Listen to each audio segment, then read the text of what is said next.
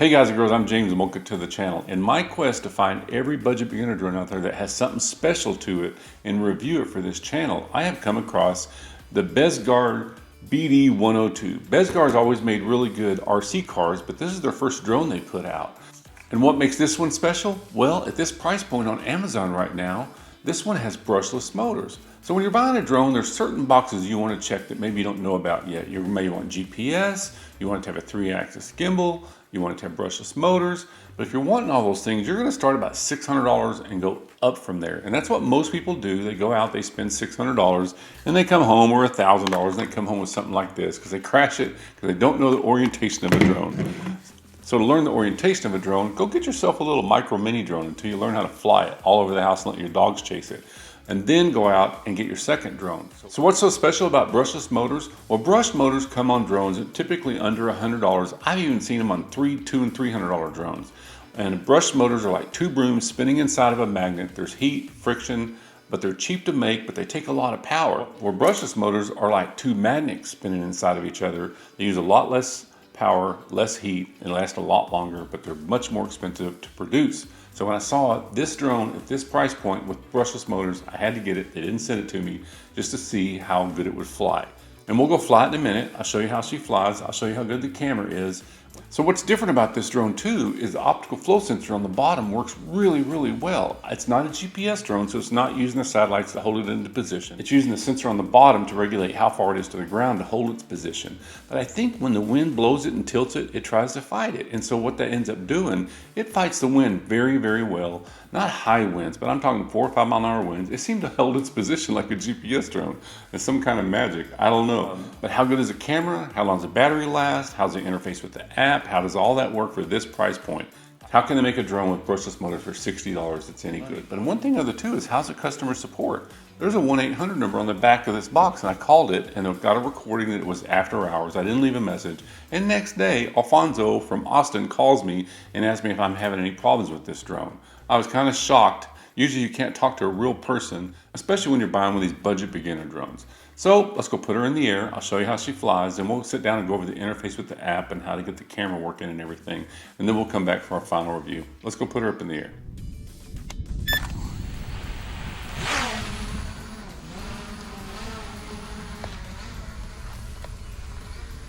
So the first time you ever put a drone in the air, just let it float around for a little bit just to make sure everything's functioning as intended. Always set your gyros, and always go, if you're outside, go to speed 3. There's speed 2, speed 3, that's the 3 beeps. If you don't set your gyros, it might fly a little bit weird. They're scaring the birds away over the pond. There is a little bit of a wind. Not a lot of wind, but just enough to make it challenging. But the optical flow sensor on this works better than any budget beginner drone I've ever seen. What that does is it holds its position above the ground, but it's not a GPS drone, so the satellites don't lock into it. It just helps it stay more balanced. And it does a really good job, even a little bit of wind. There's a flip, there's one flip and another one. You see how high it goes? So you make sure you want to do those outside. You don't want to do them inside. You'll probably hit the ceiling or hit someone else. Another thing too about the brushed motors, not only do they sound so much better, there's no gear. With the brushed motor drones, they don't have enough power, so they're geared, and they're typically plastic. So usually when you crash it or you hit something and the props get into a bind, it strips those gears. As you can see, it's got a lot of power. It can get away from you pretty quick. So if you're new to flying drones, if you have someone with you, just have them be your visual observer and don't communicate with them. Don't be looking at your phone and trying to concentrate on what the camera's doing. Just try to learn the orientation of a drone and have an agenda. If you're just aimlessly flying around after you learn the drone, you'll start getting bored with it. See right here, I'm sitting there looking down at my phone, and look what I do. Even as an experienced pilot, bam, I hit that tree. I'm thinking, oh no, I've ruined the drone I'm trying to do a review on. I run over, check it out, and look, it seemed to do just fine. I'm not saying every time you crash it, it's going to do just fine, but it did great. So what do? I set it down, and you got to reset the gyros, especially after a crash. So, and I'll show you how to do that when we sit down and go over the interface with the app, but be sure and reset your gyros.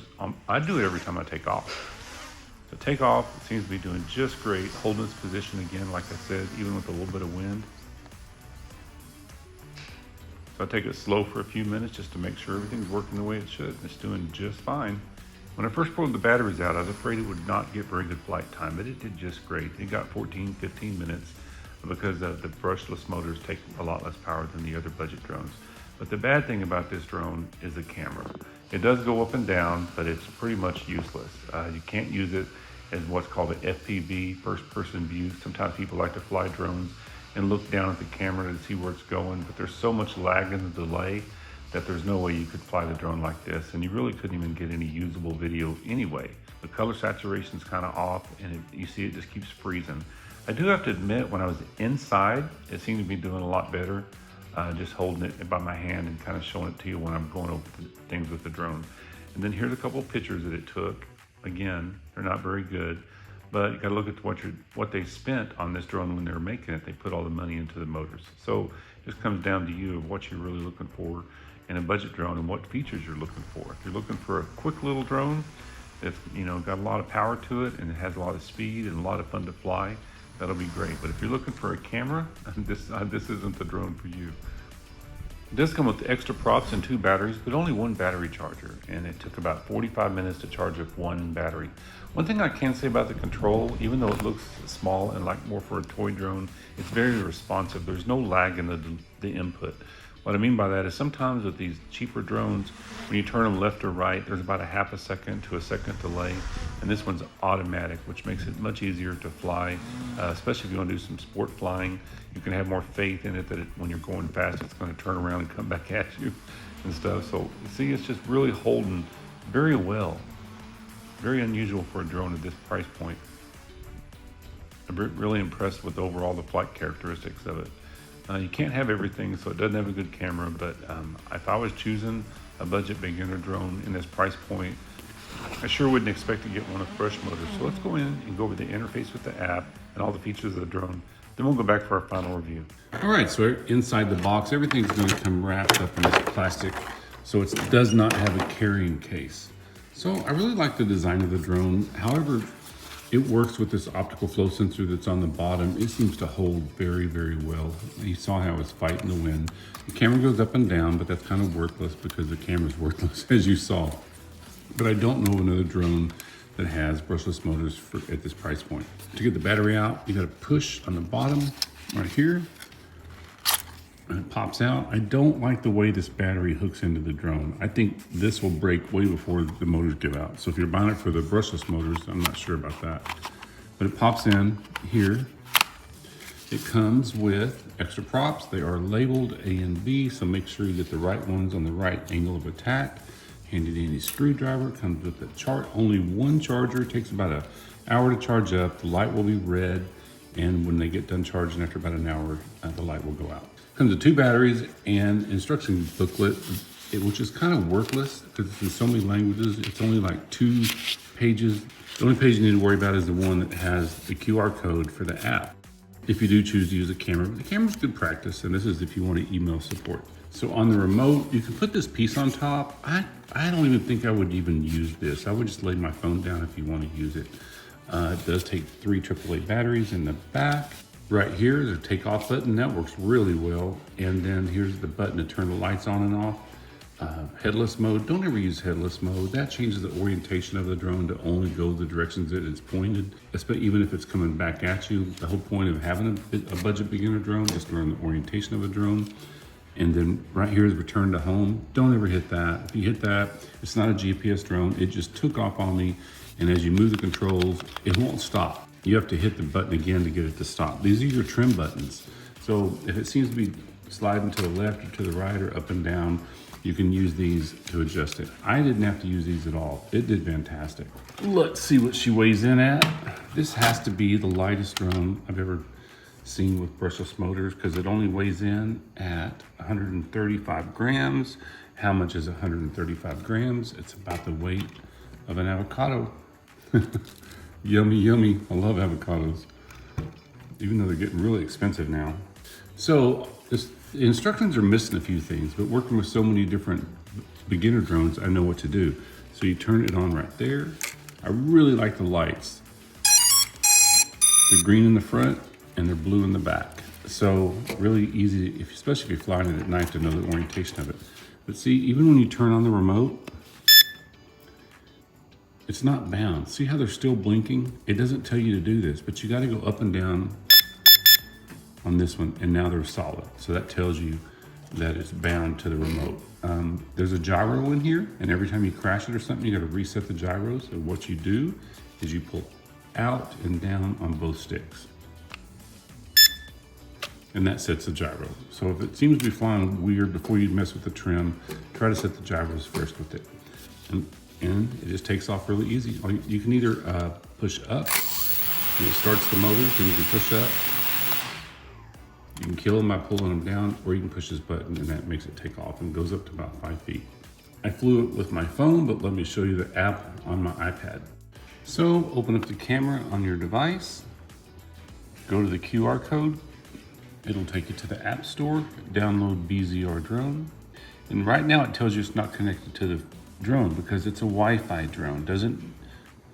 So you have to go back to your settings, go to Wi-Fi, connect to BD, and now it's connected. So all of this is just to use the camera. You can fly it without using the app. Open it up, you can go to settings. There's some settings in here you can change. You can even stop it from rolling if you want, but I wouldn't do that. Start flying, and then there's the camera. Camera's working. Wow, it seems to be working better in here than it did outside. It doesn't seem to have as much delay. You know, that was my phone. Maybe it's working better with an iPad. So push here to take a picture.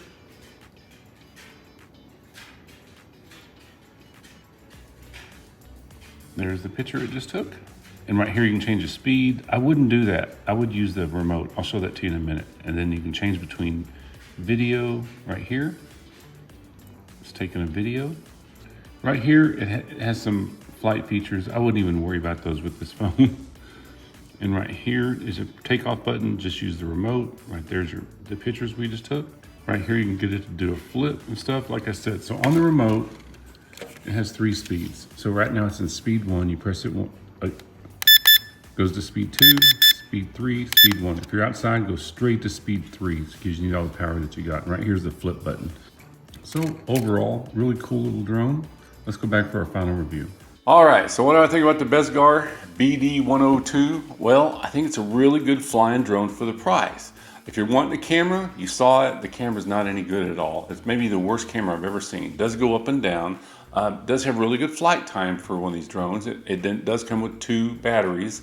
And I did like the interface with the app if you do want to use the camera. So would this be the drone for you? Well, if you're looking for a little fast drone that's going to have real reliable motors, going to last a lot longer, this is a really good drone. So the way the battery slides in, that little connection thing, that may break sooner than when the motors give out. So there's some other good options out there. If you want a good camera at this price point, the DERC D70 and D60 have some really good cameras on them, and they're close to this, but they are brushed motors. And they don't handle the wind as good as this one. So this one's going to check the box for some people out there that really understand what brush motors are. They want brush motors. They don't have a lot of money to spend. So I don't even know of another drone out there that's that costs twice as much that has brush motors. So it is proven that drones are getting better and cheaper every day. The functions on them get better, the batteries last longer, and the companies are learning how to just make a better product. So if you got something out of this, like always, please like and subscribe. Subscribers mean everything to me on this channel. And if you've got this drone, leave comments and let me know what you think about it. Or if you have any questions about buying your first drone, just leave them underneath. And I get to every one of them, not immediately, but at least once a week I go through and review all the comments. So thanks so much for watching, and I'll see you in the next one.